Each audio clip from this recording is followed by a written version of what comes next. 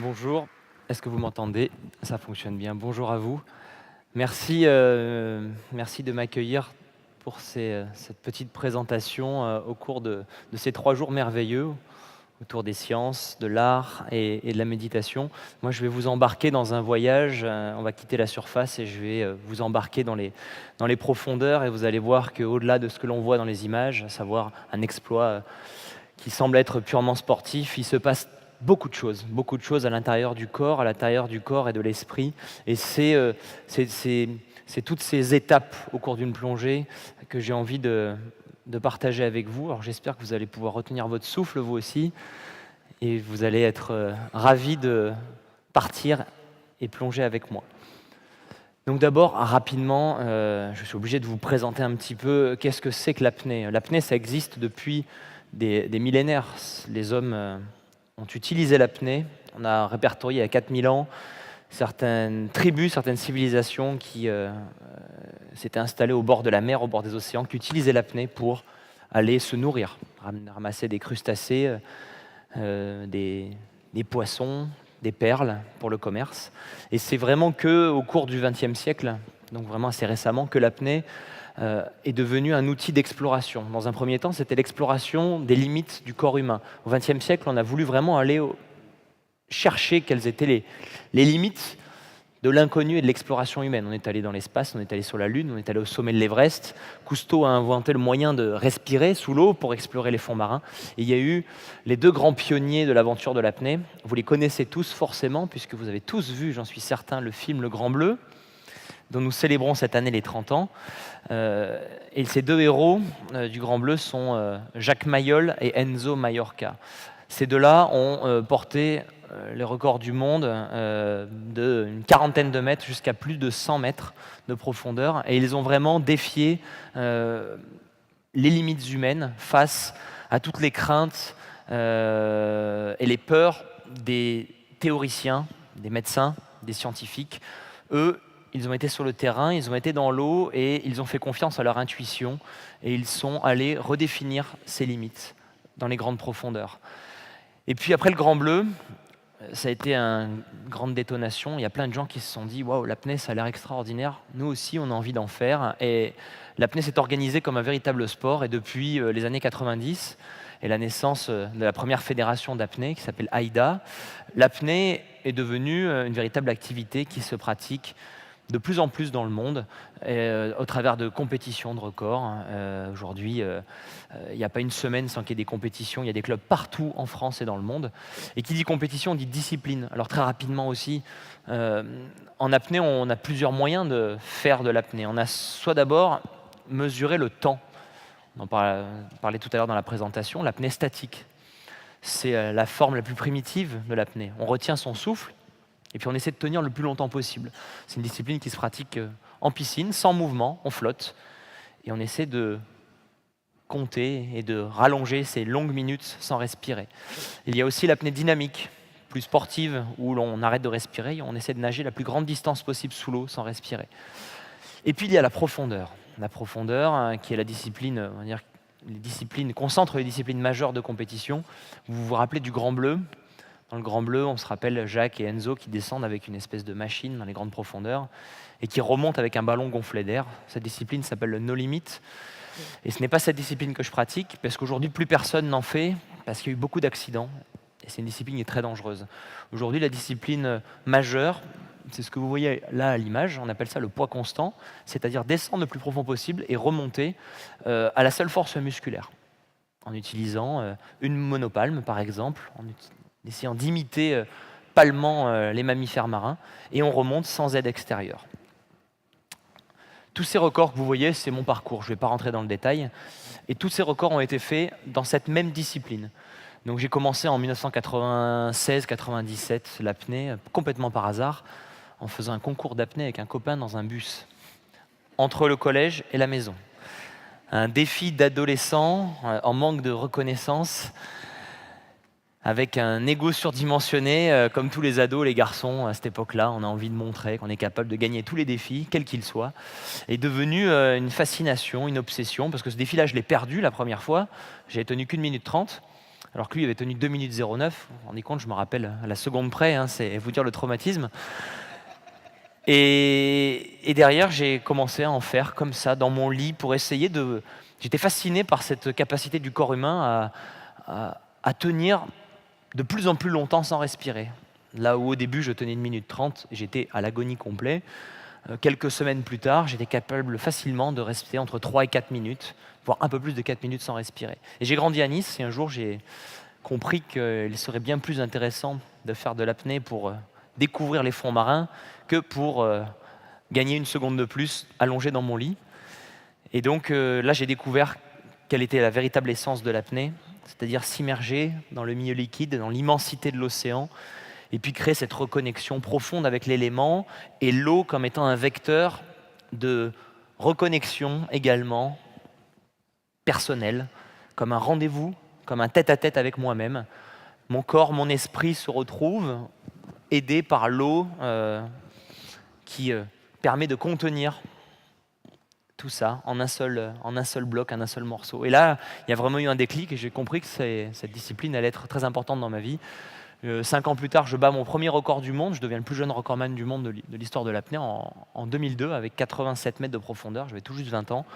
Et puis ensuite, j'ai battu tout un tas de records, toujours dans la même discipline, pour en arriver à moins 126 mètres en 2015, avant de décider d'arrêter la quête des records du monde. J'ai refait une compétition la semaine dernière, mais une compétition avec une autre approche. Je vais vous en parler juste après. Quelques images sur une de mes performances pour que vous puissiez voir à quoi ça correspond une plongée profonde. Donc là, je suis sur le dos en train de prendre ma dernière grande inspiration. Je mets 20 à 25 secondes pour remplir à peu près 10 litres d'air dans ma cage thoracique. Je suis allongé sur le dos pour être totalement détendu. Et puis à un moment donné, je décide de partir. Et j'amorce la descente. Donc vous voyez que j'utilise une monopalme avec un mouvement d'ondulation, comme les mammifères marins, parce que c'est le plus efficace. Ça permet de consommer moins d'énergie et d'être plus rapide.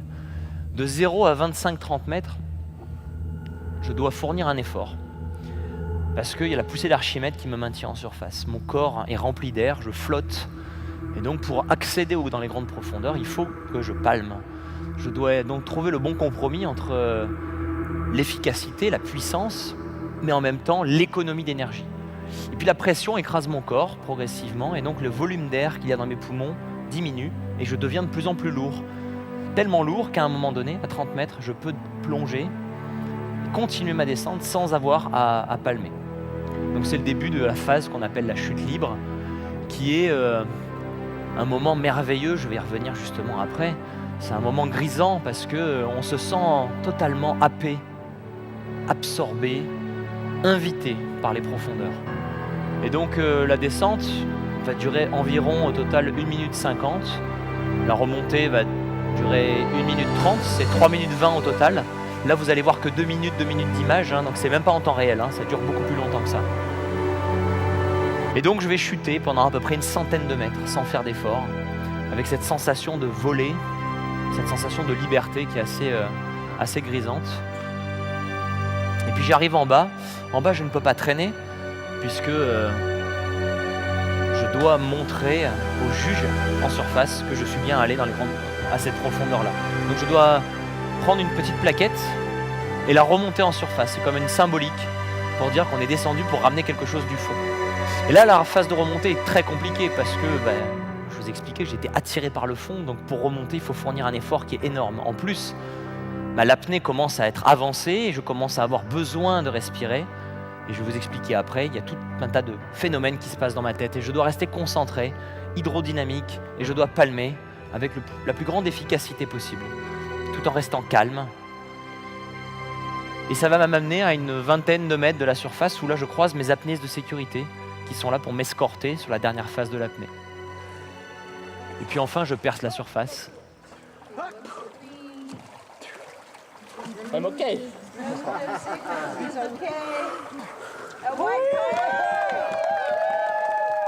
Vous avez vu cet anglais impeccable en sortant de l'eau. Donc en fait, quand je sors de l'eau, je ne peux même pas me reposer tranquillement. Il faut que je montre au juge que je suis en parfaite possession de mes moyens. Si je remonte et que je perds connaissance parce que l'apnée était trop longue, la plongée n'est pas validée. Donc pour être sûr que l'athlète est en parfaite maîtrise de sa plongée, il doit faire un protocole. Donc c'est un protocole universel que chaque athlète doit réaliser dans n'importe quelle compétition dans le monde. Les juges sont là pour ça. Ce protocole, il est très simple. On a 15 secondes à partir du moment où les voies aériennes sortent de l'eau. Donc déjà, on n'a plus le droit de remettre la tête dans l'eau. Si on remet la tête dans l'eau, même pour regarder quelque chose, on est disqualifié. Donc rester en dehors de l'eau et en 15 secondes, on doit enlever le matériel qu'on a sur le visage. Donc pour moi, c'est un pince-nez. Ensuite, faire ce signe qui, dans le monde de la plongée, veut dire qu'on va bien. Et ensuite dire, dans un anglais parfait, I am okay. Tout ça dans cet ordre-là. C'est-à-dire que si je sors, je dis I am okay et que je fais ce signe ensuite, je suis disqualifié.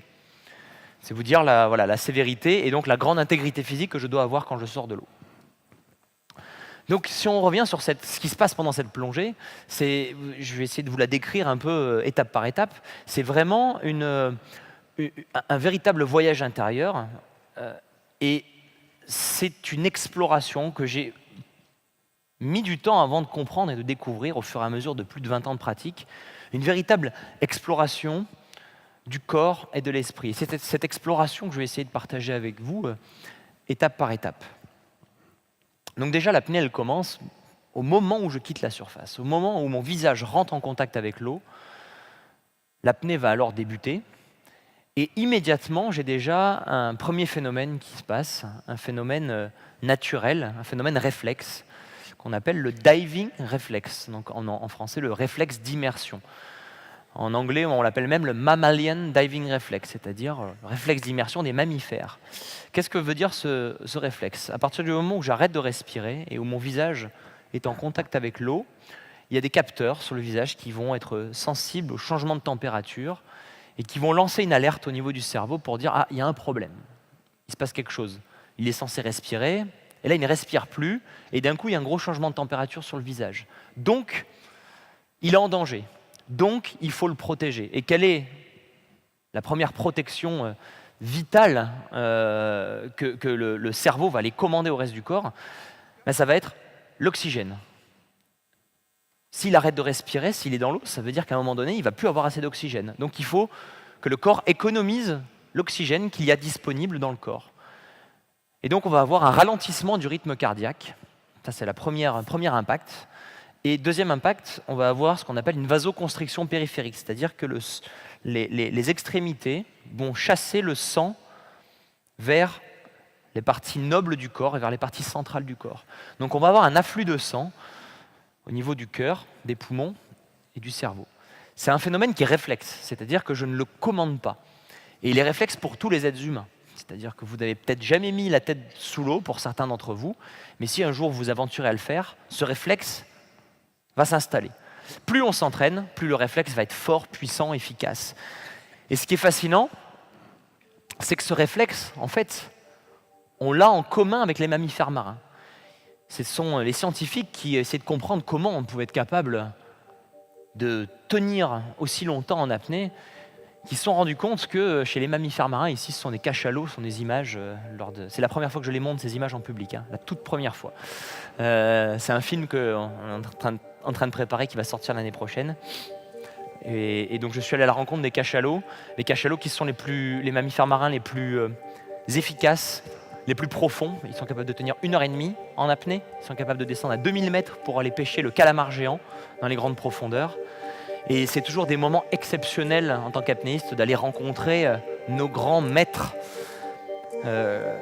les cachalots. Et surtout, c'est fascinant de se dire que eux comme nous avons les mêmes capacités d'adaptation. Sauf que eux, ces capacités ont évolué avec des millions d'années d'adaptation.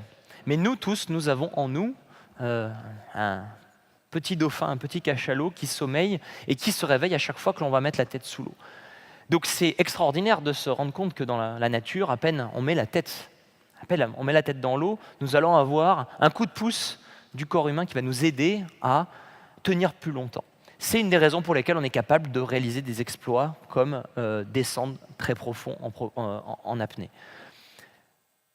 Moi, dans ma tête, à ce moment-là, et là, je voudrais revenir en arrière, je suis allé un peu trop vite. Je peux revenir en arrière ou pas? Bon, je ne vais pas faire de bêtises. Il y avait écrit relaxation. Ah, merci beaucoup. Relaxation, pourquoi? C'est parce que c'est ce qui se passe dans ma tête à ce moment-là. Dans mon corps, je ne fais pas grand-chose finalement. C'est le réflexe qui va prendre tout en main. Et moi, psychologiquement, j'ai qu'une idée en tête. C'est arriver à imiter ces mammifères marins. Arriver à être aussi beau, aussi efficace qu'eux dans le mouvement pour aller à une certaine vitesse, parce que l'apnée va être longue, mais en même temps être dans l'économie d'énergie. Et donc je ne suis pas dans une idée de conquête, dans une idée de vitesse, dans une idée de force, mais plutôt vraiment dans une idée d'être parfaitement relâché mentalement. Et ce relâchement mental va induire une détente physique également. Et c'est ce qui va me permettre de pouvoir gérer la suite des aventures. Je vous l'ai expliqué, je descends, et puis à un moment donné, j'ai plus besoin de palmer. Pourquoi? Parce que la pression va écraser de plus en plus mon corps. À la surface, il y a 1 bar, 1 atmosphère de pression, celle que nous vivons tous, celle que nous ressentons tous ici. Quand j'arrive à 10 mètres, la pression est 2 fois plus grande qu'en surface. Donc de 0 à 10 mètres, la pression va doubler. Le volume d'air qu'il y a dans mes poumons va diminuer de moitié. Si je pars avec 10 litres d'air, l'air va se comprimer. Il ne restera plus qu'un volume de 5 litres. Et cette augmentation ne va cesser, ce changement va cesser d'augmenter pendant toute la plongée. Et à 30 mètres, mes poumons commencent à être écrasés. J'ai à peu près 2 litres dans les poumons. Et là, je peux commencer à chuter. Cette pression, il faut être capable de l'accepter. Parce que c'est vraiment une intervention extérieure. On sent l'eau qui va vraiment nous comprimer, nous écraser. Plus on va descendre, plus cette pression va être importante. Donc on fait beaucoup d'exercices en surface pour travailler l'élasticité de la cage thoracique. Je vous parlais de relâchement à l'instant, il y a quelques secondes, mais il y a aussi cette nécessité d'être extrêmement souple. C'est pour ça qu'on fait beaucoup de yoga, beaucoup d'exercices sur le diaphragme, sur la cage thoracique, pour que notre cage thoracique soit comme du chewing-gum, soit comme une bouteille en plastique plutôt qu'une bouteille en verre. Si on prend une bouteille en verre et qu'on la descend avec la pression, elle ne va pas se déformer. Et à un moment donné, elle va exploser. Nous, c'est surtout pas ce que l'on doit avoir. Nous, on doit se déformer. Et donc, on fait des exercices qui sont souvent associés à une forme de méditation également, inspirés du yoga, inspirés du pranayama notamment, où l'on va travailler sur le diaphragme, travailler sur la mobilité de ce diaphragme, sur la mobilité de la cage thoracique. Donc pour ça, on va vider complètement nos poumons. Donc à la surface, je vais faire comme s'il n'y avait plus 1 centilitre d'air dans les poumons. J'ai des techniques particulières pour vraiment simuler le vide des grandes profondeurs. Et je vais adapter ma cage thoracique pour qu'elle accepte cette pression. Psychologiquement, ce qui est extrêmement important de garder en tête, c'est que à ce moment-là, le réflexe, la tentation serait de se protéger. Quand on doit faire face à une opposition, quand on a une contrainte extérieure, notre réflexe de terrien, d'humain, ça va être de se protéger, ça va être de se contracter. Si je passe au milieu de vous, là, puis je commence à vous pousser, vous n'allez pas vous laisser aller. Vous allez résister avec vos muscles pour éviter de tomber. Et quand on n'a pas l'habitude, quand on débute, c'est un peu le premier réflexe que l'on va avoir. C'est la pression nous écrase. Je vais résister. Mais sauf que si on fait ça, je vous parlais tout à l'heure de souplesse, là on enlève toute souplesse, on devient extrêmement rigide. Et là on peut se faire mal, on peut se faire extrêmement mal. Il faut être capable psychologiquement d'être dans l'acceptation et le lâcher-prise total. Se dire que cette immensité de l'océan est là, elle nous écrase, et que je ne pourrai rien faire contre. Donc je dois l'accepter. Je dois l'accepter d'abord mentalement, et cette acceptation mentale va amener les tissus, les muscles, et tout ce qui est de l'ordre du physique, à se relâcher aussi. Et si je suis totalement relâché, il n'y a aucune souffrance, aucune douleur. La pression m'écrase, et je le vis comme une espèce d'enveloppe, comme un coussin qui agit sur moi. Et ça, c'est vachement intéressant de se rendre compte que dans la vie de tous les jours, très souvent, on essaie toujours de se battre et de faire face et de lutter dans toute situation face aux contraintes extérieures. Alors, je ne suis pas en train de dire qu'il faut arrêter de se battre quand on peut se battre et quand on peut changer le cours des choses. Mais ce qui est intéressant, que j'en tire moi de cette expérience, c'est d'analyser qu'il y a des situations sur lesquelles on ne peut pas avoir d'emprise. Et sur ces situations-là, la meilleure chose à faire, c'est d'être dans l'acceptation et de lâcher prise. Et ne surtout pas vouloir dépenser de l'énergie là où on sera de toute façon impuissant. Et plutôt garder cette énergie-là pour changer ce que l'on peut changer. Moi, quand je descends, je peux changer la position de mon corps pour être plus hydrodynamique. Si je vais trop lentement parce que je suis trop détendu, je peux me mettre plus aligné, je vais aller plus vite. Ça, je suis capable de le changer. Par contre, la pression, je ne pourrais jamais rien faire. La seule chose que je peux faire, c'est accepter et laisser faire. Et puis ensuite, je descends. Et puis à un moment donné, une autre contrainte. On rentre vraiment, finalement, vous allez vous dire, oh là, mais quelle horreur ce qu'il fait. Il va dans un monde extrêmement hostile. Mais oui, on rentre dans un monde hostile. En Méditerranée, à un moment donné, on va se heurter à ce qu'on appelle la thermocline. La thermocline, c'est une barrière de température où finalement l'eau, elle va chuter de température de manière brutale, subite. C'est-à-dire que là, je l'ai expérimenté sur le week-end dernier, sur la compétition. Là, ça se passait à peu près à 25 mètres. De 0 à 25 mètres, l'eau est à peu près en ce moment à 22-23 degrés. Ça commence à se réchauffer. On n'est pas encore au cœur de l'été, mais ça commence à être pas mal. À 25 mètres, elle descend à 13 degrés, instantanément. 13 degrés, c'est très, très violent. Et donc, du coup, on se prend ça comme un choc. Et j'ai décidé justement cette année de travailler sur cette idée du froid. J'ai toujours aimé le froid. Et donc, j'ai essayer de voir quel était l'impact et comment je pouvais arriver à gérer mentalement et physiquement cette exposition au froid. Et j'ai décidé cette année de m'entraîner pour ce retour à la compétition en maillot de bain. C'est-à-dire que j'ai plongé dans les grandes profondeurs, y compris au mois d'avril où l'eau était encore à 15-16 en surface, intégralement en maillot de bain.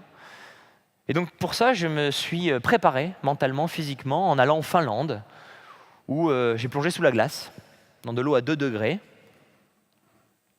et où, d'abord, avec une combinaison très fine, j'ai plongé, et puis à la fin, je suis allé en maillot de bain, dans de l'eau à 2 degrés. Et c'était extrêmement intéressant de se rendre compte de l'expérience à la fois mentale et physique de cette exposition violente à un environnement extrême.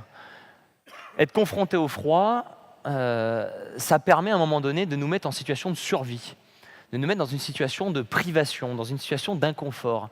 Et en fait, j'ai réalisé que toutes ces expériences d'exposition à l'inconfort, c'était un travail, ça nous demandait un travail d'introspection et une connexion nécessaire et indispensable à faire entre le mental et le corps. J'ai fait plein d'expériences de privation. La privation d'air, l'apnée, c'est ce que je fais depuis 20 ans. Je fais régulièrement des jeûnes. La privation d'alimentation, c'est une autre fonction vitale essentielle. Et puis là, la privation d'une autre fonction essentielle, c'est la chaleur, en m'exposant à des températures extrêmes. Et en fait, à chaque fois, j'ai réalisé que ça me renvoie à une espèce de situation où le mode survie se met en route, le diving reflex dont je vous parlais tout à l'heure. Quand on fait un jeûne, il y a des adaptations et des modifications qui se mettent en place dans le métabolisme, et également avec le froid. Et ce mode survie qui se met en route nous permet d'aller puiser au fond de nous-mêmes des ressources qui sont insoupçonnées. Je ne pouvais pas imaginer qu'il soit possible d'être dans de l'eau à 2 degrés, en maillot de bain, et de rester 3-4 minutes en se sentant bien. Et ça m'a donné vraiment cette envie et cette idée d'aller réaliser l'impossible, à savoir plonger à plus de 100 mètres en maillot de bain, là où les gens me regardaient en disant « mais c'est impossible », parce qu'il faut gérer à la fois l'apnée, il faut gérer la difficulté de la gestion de la pression, mais en plus, en se rajoutant cette donnée d'acceptation du froid qui va naturellement saisir le corps, là où nous, on a besoin en apnée d'être le plus détendu possible. Et donc, c'est finalement une petite porte que j'ai ouverte et que j'ai envie d'approfondir par la suite. Donc, la pression, le froid, la lumière qui va disparaître. Et la seule chose sur laquelle je dois me concentrer, c'est ne surtout pas lutter. Ne pas lutter contre ce froid, ne pas se crisper et ne pas lutter contre cette pression pour être totalement accepté par les grandes profondeurs. Et puis je chute, je passe les paliers, j'arrive aux 100 mètres. Les 100 mètres, il faut s'imaginer qu'il y a 50 ans, les médecins et les docteurs Les scientifiques avaient prédit à Jacques Mayol qu'il allait mourir s'il tentait d'aller à 100 mètres, parce que le corps ne serait pas capable de résister. Le corps allait imploser sous l'effet de la pression. Et moi, je passe ces 100 mètres, tout comme Jacques Mayol les a passés à l'époque, et je me sens encore parfaitement bien. Et j'arrive à un moment donné au fond. Et je me retrouve à moins 126 mètres de profondeur. Comme je vous l'ai expliqué, au fond, c'est, quand on y pense, on le met sur papier, confortablement assis sur notre canapé, c'est super hostile. Il fait froid, il n'y a presque pas de lumière, la surface, elle est très très loin. Si j'ai l'envie, d'un coup, de vouloir être en surface, je suis le plus loin possible de la surface.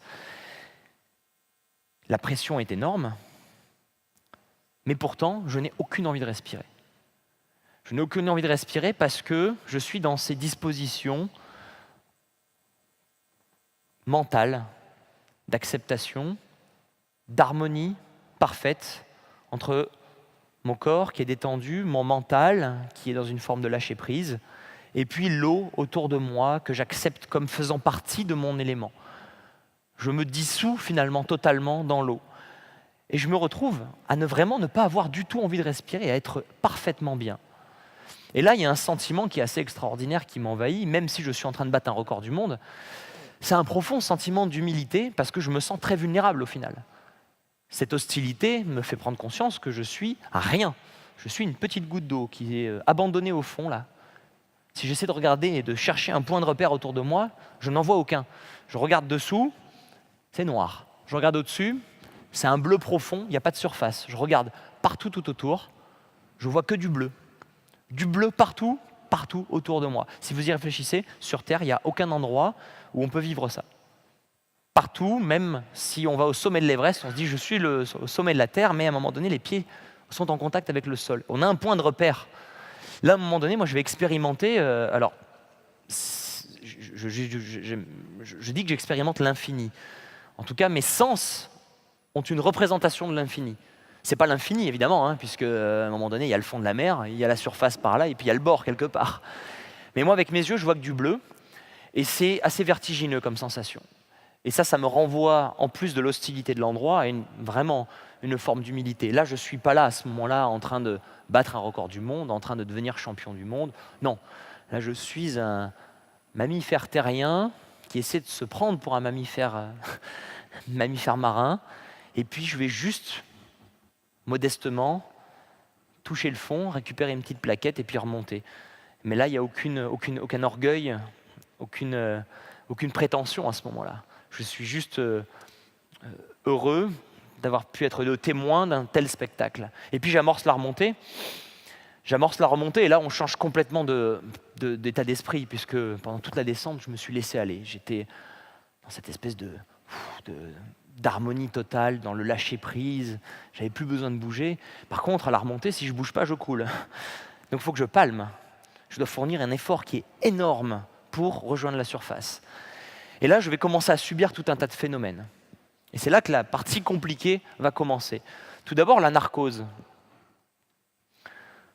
Là, c'est le teaser d'un film que ma compagne Julie Gauthier a réalisé sur mes expériences de narcose. La narcose, c'est l'ivresse des profondeurs. Et donc, quand je lui ai raconté tout ce que je pouvais voir, vivre, les hallucinations, les visions, et ce que je pouvais ressentir en grande profondeur, elle s'est dit que ça pouvait être intéressant de le partager avec le public sous la forme d'un film, parce que assez peu de gens savent finalement ce que l'on vit intérieurement, profondément. Donc cette narcose, elle est encore assez compliquée à expliquer. C'est lié à la pression, c'est lié aux échanges gazeux, à l'azote, au CO2, à l'oxygène, qui par la grande pression vont totalement bouleverser la manière dont le cerveau va fonctionner. Donc ce film, je vous invite à le regarder en entier, il n'est pas très long, il fait 12 minutes. Et c'est une véritable immersion dans mon univers et dans ce qui se passe dans la tête. Et donc cette narcose, elle peut être agréable, comme elle peut être très troublante. Il y a des narcoses et des visions et des expériences qui sont très anxiogènes, par exemple. Et je ne le contrôle pas. C'est-à-dire que quand la narcose arrive, je ne sais absolument pas à quelle sauce je vais être mangé. Ça peut être une très belle narcose, comme ça peut être une vision angoissante, anxiogène. Il faut arriver à le gérer. J'ai mis beaucoup de temps avant de le gérer, parce que je m'appropriais et je devenais trop acteur de cette narcose. Je voulais trop la changer pour la mettre à mon avantage. Et ça devenait encore pire. Un jour, j'ai compris qu'il fallait s'extraire de cette narcose et faire comme si c'était un film qui se déroulait à côté, comme si je rentre chez moi, j'allume la télé. Bon, j'ai pas de télé, mais on va dire que j'allume ma télé virtuelle. Et puis là, je tombe sur n'importe quel programme et je dois l'accepter, le regarder. Ben, c'est un peu ça, l'expérience de la narcose. Et puis en même temps, j'ai aussi mon corps qui va se réveiller physiologiquement. Je vais commencer à ressentir l'acide lactique au niveau des jambes. L'acide lactique, c'est le déchet produit par le corps quand il consomme de l'énergie. Et donc du coup, quand il produit de l'énergie et qu'il va consommer de l'oxygène, cet acide lactique, normalement, à l'air libre, en respirant, on l'élimine. Donc on arrive à gérer son niveau. Moi, en apnée, il va s'accumuler puisque je n'expire pas, je garde mon air. Et donc plus je vais palmer, plus je vais avoir mal aux jambes. Si bien qu'à un moment donné, je vais presque ne plus arriver à bouger. Je vais terminer en faisant des mouvements de bras. Et ça, je vais beaucoup m'entraîner pour ça. Mais cette sensation de douleur aux jambes, elle n'est pas évidente. En même temps, donc tout ça, ça arrive en même temps. Hein. Ivresse des profondeurs, mal de jambes. Et je vais commencer à avoir envie de respirer. La première envie de respirer, elle arrive à peu près à 70 mètres, 80 mètres de profondeur. Donc je suis encore loin. Hein. Je suis encore assez loin. Cette envie de respirer ne veut pas dire que j'ai plus d'oxygène. Elle veut dire que mon taux de CO2 va atteindre un certain seuil, et c'est ce taux de CO2 qui, passé un certain seuil, qui est individuel, propre à chacun, va donner une information au cerveau et dire « bon ben là, il serait temps que tu respires, mon coco ». Sauf que moi, quand je suis à 70 mètres, je ne peux pas respirer. Et là, la grande tentation, ça serait de lever la tête pour dire « où est-ce que je suis ?» Vivement que la surface arrive. Mais là, le truc, c'est que si je lève la tête, qu'est-ce qui se passe? Je ne vois pas la surface. Je vais me dire, mes apnées de sécurité, peut-être ils sont là. Non, je ne les vois pas. Ils sont encore trop loin. Et donc là, si jamais il me prend l'idée de faire ça, je vais rentrer dans une panique, une véritable panique, parce que je vais être dans une attente, et cette attente ne va pas être récompensée. C'est l'erreur que font tous les débutants quand ils plongent pour la première fois. Ils descendent à 5, 10 mètres, 15 mètres, ils arrivent en bas, et puis en bas, toute la remontée, ils regardent la surface en disant vite, vite, vite, la surface, vite.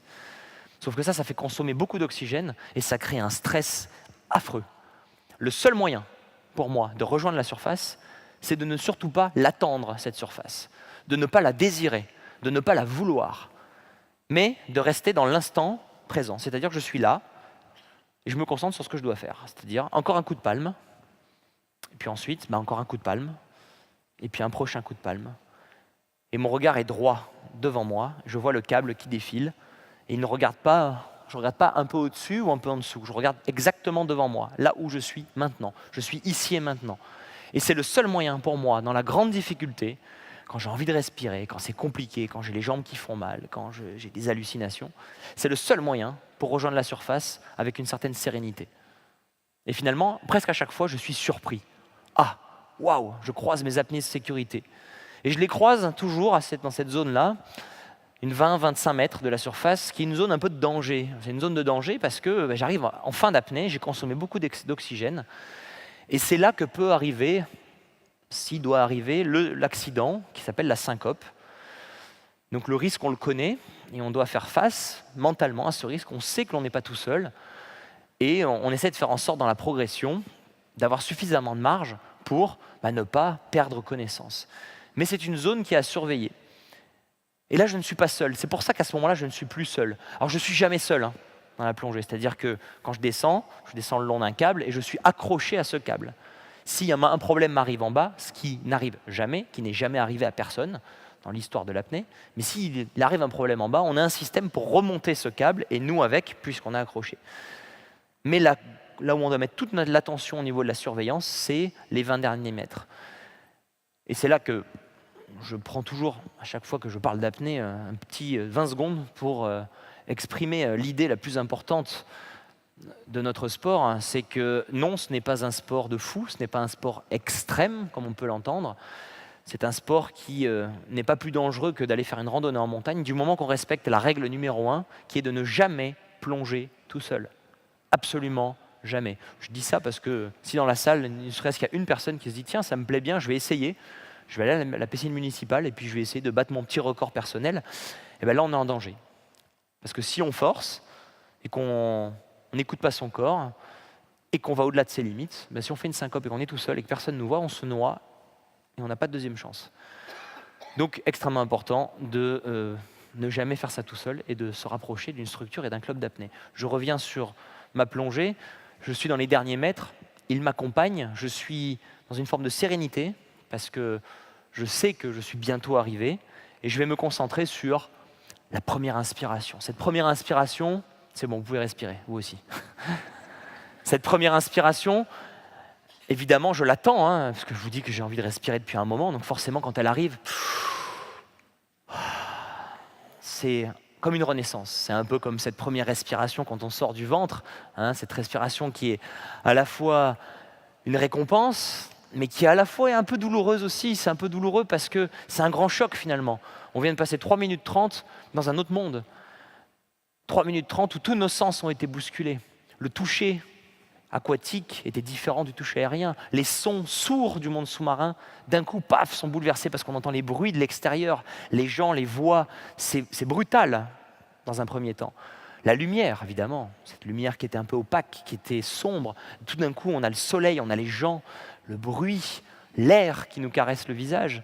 Et puis, on a le goût, on a l'odorat. Donc tout ça, en une fraction de seconde, on a tous nos sens qui sont bouleversés. Mais on est extrêmement content de vivre ce moment-là, évidemment. Car si on fait cette plongée, c'est à un moment donné pour revenir à la surface, inspirer et repartir pour une autre réalité, une autre manière de vivre le quotidien. Et moi, c'est pour ça que je vais plonger finalement. C'est à chaque fois pour aller vivre une espèce d'expérience de connexion profonde entre mon corps, mon esprit et l'élément, l'eau. Et à chaque fois que je sors de l'eau, j'ai l'impression d'être un petit peu nouveau et un petit peu différent à chaque fois.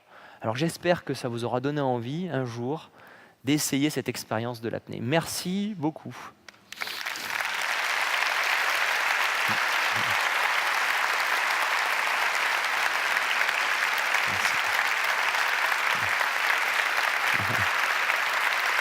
Merci.